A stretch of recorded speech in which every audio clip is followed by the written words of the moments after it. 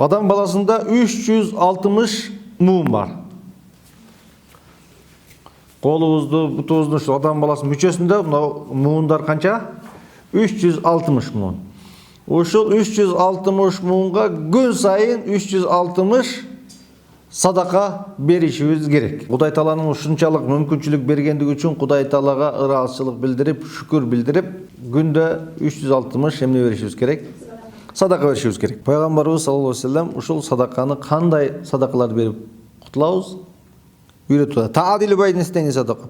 Эки адамдын ортосунда адилеттүүлүк кылып урушуп кеткен эки адамды жараштырып койсоң, бул дагы эмне деп эсептелинет? Садака. Bir адамды улоосуна мингизгенге жардам берип койсоң, ал дагы садака. Улоо чыкканга жардамдашып коюп атасың, түшкөнгө жардам берип коюп атасың, улоосуна бир нерсени алып берип коюп атасың. Ушулардын бардыгы садака деп эсептелинет. Ва калимату таййиба садака, жакшы сөз дагы садака деди.